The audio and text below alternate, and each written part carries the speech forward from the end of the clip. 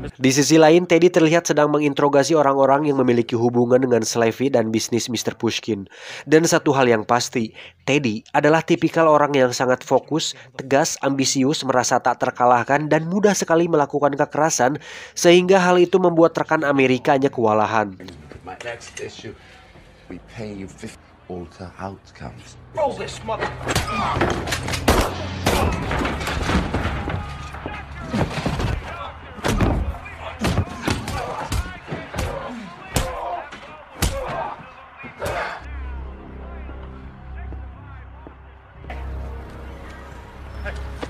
My town. You understand me? This is my home. You cannot run around here like a fucking wild animal. When you do, be loud about it.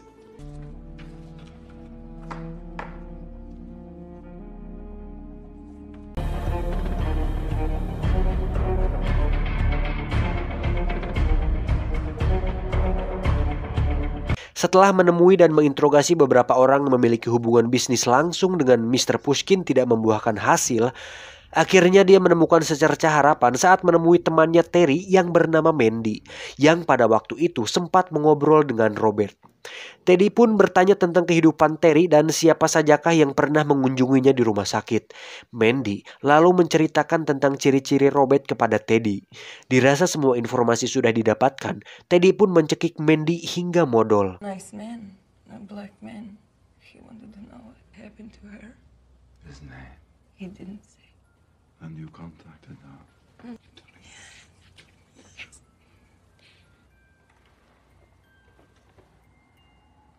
My angel. Nay, please, please, please.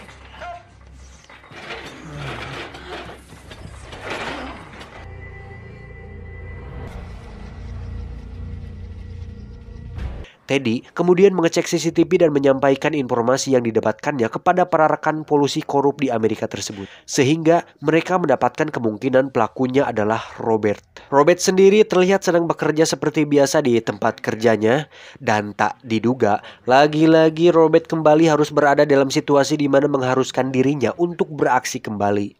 Ternyata ada seorang tukang todong yang sedang menodong mbak kasir yang tidak lain adalah rekan kerja Robert sendiri. Melihat hal itu, Robert pun memberikan uang tersebut dengan senyuman. Move. All of it. All of it. Tapi saat si tukang todong meminta cincin kawin punya rekannya, Robert pun mulai membuat hipotesis prediksi di pikirannya. Tapi saat ada anak kecil di sana, Robert membatalkannya.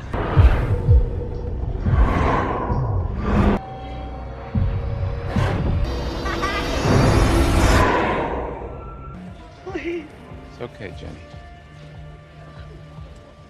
Robert membiarkan si tukang todong lolos tapi berhasil mendapatkan plat nomornya. Menurut informasi dari polisi, tukang todong tersebut ternyata sudah 4 kali melakukannya dan sempat menembak korbannya. Robert pun tidak bisa tinggal diam. Dia kemudian pergi ke rak alat-alat perkakas dan mengambil palu besar.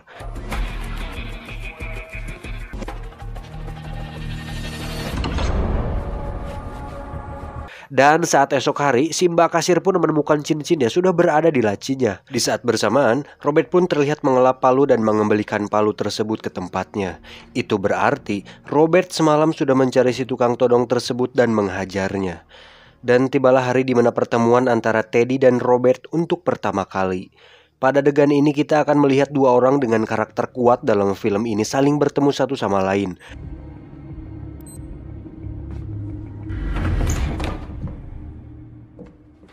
Mr. McCall. Teddy yang kejam dan Robert yang berpengalaman ditambah sangat amat berbahaya.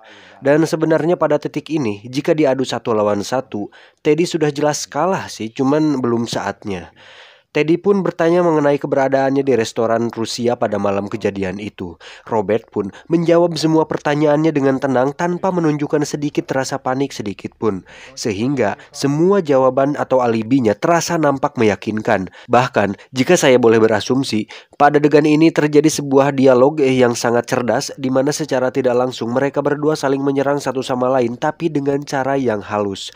Karena Robert memiliki alibi yang cukup kuat membuat Teddy tidak bisa menuntut apa-apa darinya. Maka dari itu dia pun pergi. Saat sampai di mobil, Teddy pun bercerita bahwa Robert bukan orang sembarangan dan semua informasi tentangnya adalah bohong. Di sisi lain, Robert terlihat sudah tahu bahwa Teddy bukanlah seorang polisi, melainkan seorang mafia.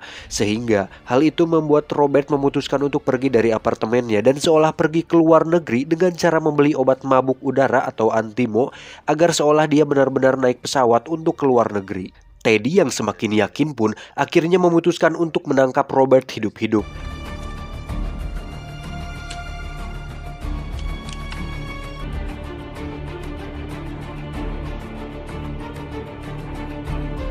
Live. Place about come. There's no witnesses. Saatnya tiba, Robert terlihat sedang duduk di kafe seperti biasa. Tak lama datanglah seorang pria kekar berseragam PLN yang duduk di sana. Saat Robert melihatnya, dia langsung tahu bahwa itu adalah anak buah Teddy karena telapak tangannya terlalu bersih untuk seorang tukang PLN. Your hands. If you really work the power lines down there, your hands wouldn't look like that. Motherfucker. Hands where I could see him.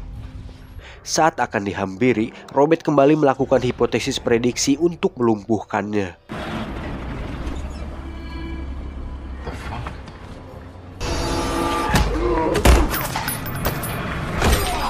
Slevy dan rekan polisi korupnya pun dibuat kaget saat melihat yang keluar kafe justru adalah si Robert. Robert sendiri berjalan sambil memotret wajah si Teddy dengan kamera ponselnya. What the fuck? Let's go.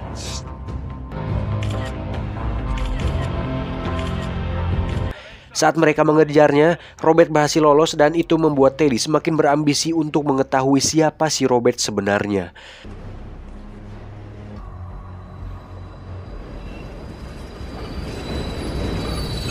Teddy bersama anak buahnya memeriksa apartemen Robert. Namun semuanya bersih dan hanya meninggalkan bungkus Antimo dan sobekan tiket nonton bola di luar negeri.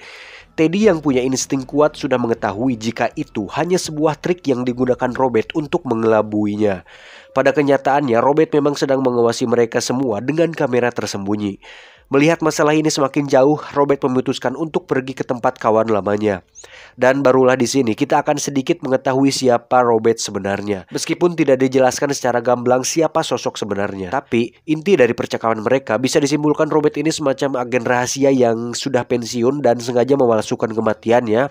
Sehingga Robert yang sebenarnya bukan nama aslinya mencoba menjalani kehidupan barunya sebagai Robert si tukang triplex. Tak hanya itu, Robert pun meminta temannya tersebut untuk mencari data informasi mengenai Pushkin dan seluk-beluknya. Hingga akhirnya dia mendapatkan semua informasi yang dibutuhkan.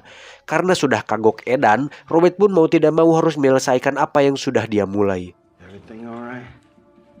You didn't come for help. Came for permission.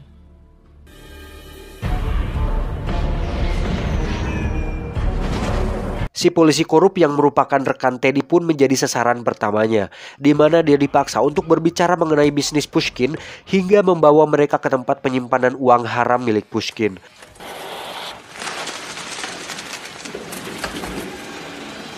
Di sana, Robert dengan tenangnya masuk dan menodongkan pistol ke arah salah satu anggota mafia di sana.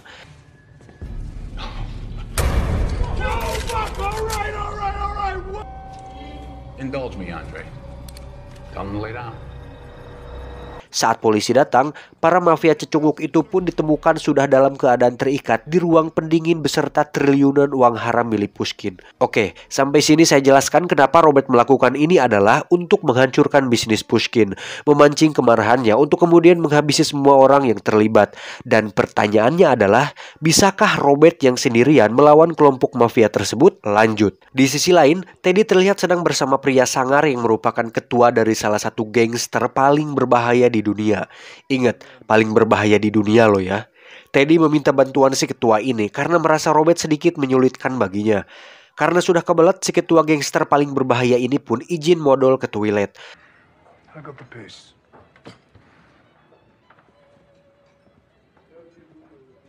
Tak diduga selang beberapa menit muncullah Robert membawa kacamata si ketua gangster berbahaya yang sudah dalam keadaan pecah dengan bercak darah. He's not coming back. Because I can keep going.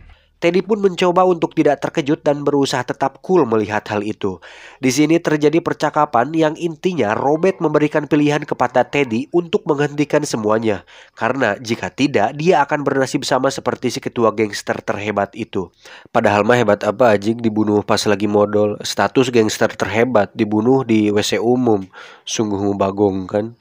Robert kemudian memberikan nomor teleponnya apabila Teddy sudah memutuskan pilihannya.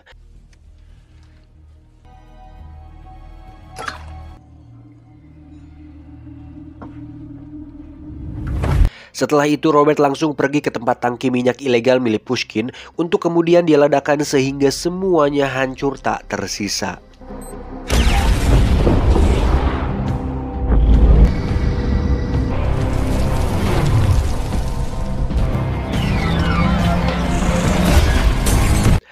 Teddy sendiri terlihat sedang sibuk melakukan persiapan bersama para gangster berbahaya yang ketuanya sudah mati dibunuh saat modal tadi. Teddy pun mendapat telepon dari Pushkin untuk segera mengatasinya. Jika tidak, Pushkin akan menghukum Teddy untuk tidak menggunakan aplikasi TikTok lagi. Dan muncullah sebuah ide untuk menculik rekan-rekan kerja Robert dan menjadikannya sandera. Robert pun diminta untuk datang dan menukarkan nyawanya demi rekan-rekan kerjanya. My men there will kill them in 30 minutes. Unless they're here in 29. Здесь готов все. When you see him, shoot him. В автобусе никого! В автобусе никого!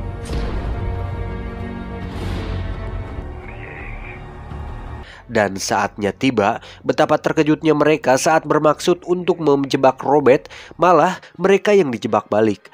Mereka yang ada di lokasi tempat kerja Robert pun dibuat kaget saat tiba-tiba mendengar suara musik yang berasal dari kantor pengawas.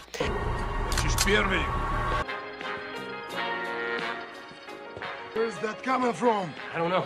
Ketika satu mafia meminta Ralphie menunjukkan ruangan tersebut, Robert langsung menghantam dan mematahkan leher si mafia itu dengan sangat mudah.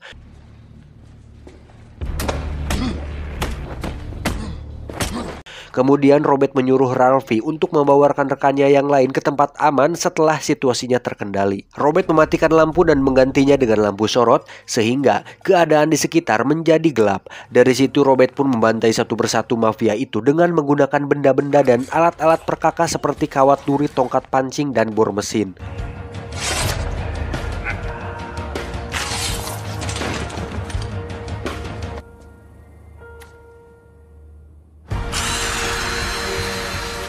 Hingga akhirnya menyisakan Teddy seorang.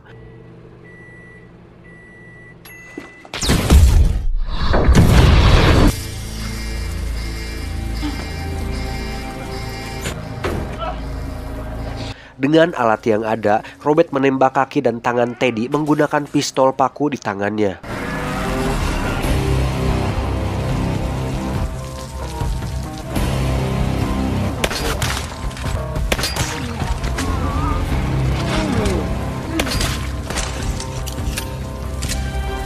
Teddy yang masih penasaran pun bertanya, "Siapa ente sebenarnya?" Tanpa banyak bicara, Robert langsung menembak Teddy tepat di kerongkongannya. Mamam.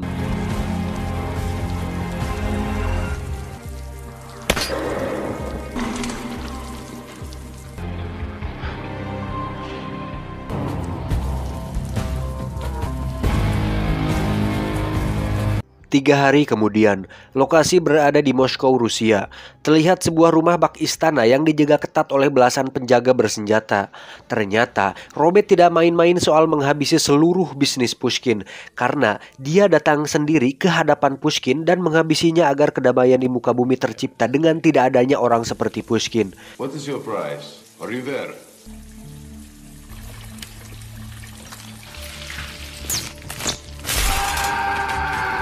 Saat Robert keluar, kita akan melihat seluruh anak buah Pushkin sudah dilumpuhkan. Setelah kejadian tersebut, Robert kembali bertemu dengan Terry yang sudah pulih. Karena Slappy sudah tidak ada, Terry pun tidak menjadi wanita malam lagi dan memutuskan untuk menjadi penyanyi di tempat karaoke. Terakhir, Robert terlihat sedang duduk di kafe yang sama dengan laptop di depannya. Di situ terlihat ada seseorang yang mengirim chat dan meminta bantuan Robert. Tamat. Ending yang sangat membagongkan. Secara keseluruhan film ini memiliki konsep yang cukup umum di mana menceritakan tentang semacam agen yang pensiun kemudian mencoba hidup normal. Tapi selalu ada situasi yang mengharuskan si agen ini bertindak kembali. Bedanya, film Equalizer ini memiliki eksekusi yang cukup unik dan keren di mana tokoh utamanya memiliki kemampuan insting yang kuat dan mampu memperhitungkan setiap gerakannya. Dan si tokoh utama ini berperan sebagai penyeimbang antara kejahatan dan kebaikan, di mana tidak ada keadilan. Di situ dia tegakkan sendiri dengan caranya sendiri. Equalizer. Pesan yang bisa kita ambil dari film ini adalah jangan meremehkan seseorang yang tidak kita kenal, karena bisa jadi kita membangunkan singa yang sedang tertidur. Saya John beserta jajaran tim yang bertugas mengucapkan selamat beraktivitas dan terima kasih.